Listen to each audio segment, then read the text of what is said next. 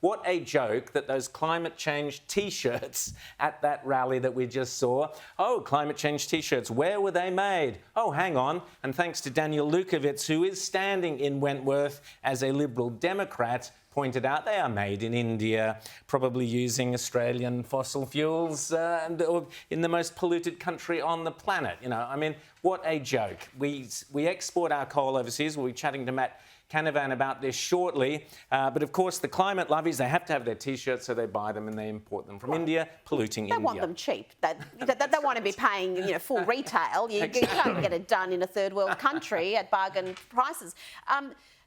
And you're right about the size. It's really the media that's at the heart of this insanity, because the media are the ones elevating this, giving it a platform. Anytime some random fool, like the one we showed earlier, goes and hangs themselves from a tree or, super glues themselves to the road, they get this coverage that just motivates the next bit of insanity. So I think the media is really, I know you were blaming the teachers and the parents and everyone else involved, but really the media has a lot to answer for. But James, why are the Liberal Party still indulging these climate lovies within their own ranks? I cannot understand it. We're going to talk about a Victorian in a second. Well, because, the Liberal Party is very much split at the moment, and it does not quite know. They're having the same ructions that the Labour Party had 10, 20 years ago when they weren't sure whether they were for the green, well-off inner city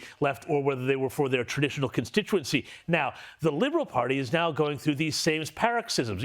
Wentworth, North Sydney, Kooyong, Josh Frydenberg seat, very rich, very well-off, and now very green seats. These are people who are not just, emotionally invested in net zero, but often in many cases financially invested in their climate portfolios and things like that. That's the key point. The key point here, though, Rowan, is you go back to something that Tony Abbott said in 2016. He said that the centre of gravity of the Liberal Party was moving to the left, to the western Sydney, to the western suburbs. And this, I think, is the reckoning the Libs have to go through. At some point, they're going to have to say, well, maybe North Sydney and Wentworth aren't worth it if there is, a Reid and a Parramatta and all these other seats. They're certainly not worth it if you're going to get a Liberal candidate like Dave Sharma, who's all for doing what the left are doing. Why not put in a proper Conservative, either a UAP or a Lib Dem like Daniel Lukovitz or Natalie Duma? Why not put those in? And then at least you've got someone in the parliament who's going to stand up for things like nuclear energy and stand against this terrifying the kids with climate alarmism.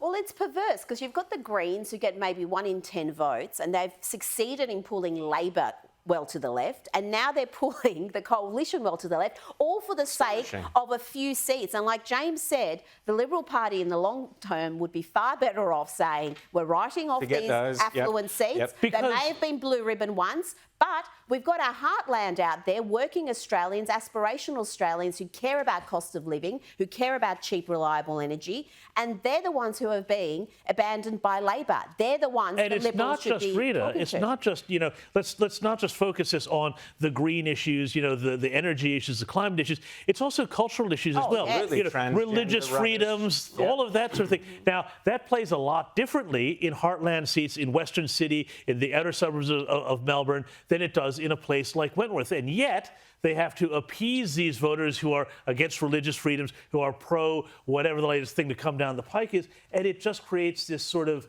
division within the party. They become intellectually incoherent. You have Scott Morrison, who I think does have good instincts in all of these things, then having to balance both of these constituencies within his party, and they are now going Where are his instincts, James? You say he's got good instincts. I haven't seen them for a couple of years now. He abandoned those long ago. And it's up to the electorate to get some Conservatives into Parliament from whatever parties.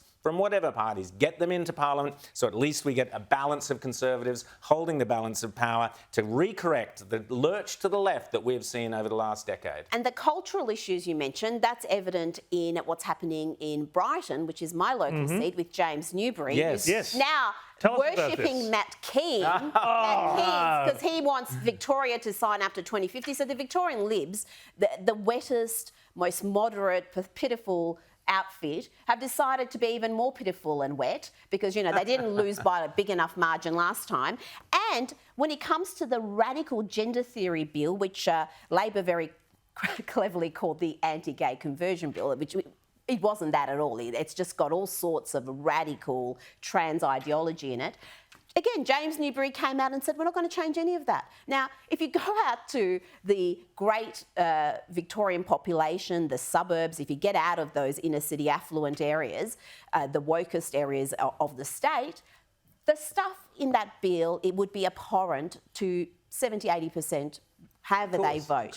But no, the Liberals are abandoning that fight. They're just going to keep everything. What's the point of voting for them? Didn't they learn in South Australia? Haven't they learnt in Queensland? Haven't they learnt in WA, the Liberals? You will not win if you are woke.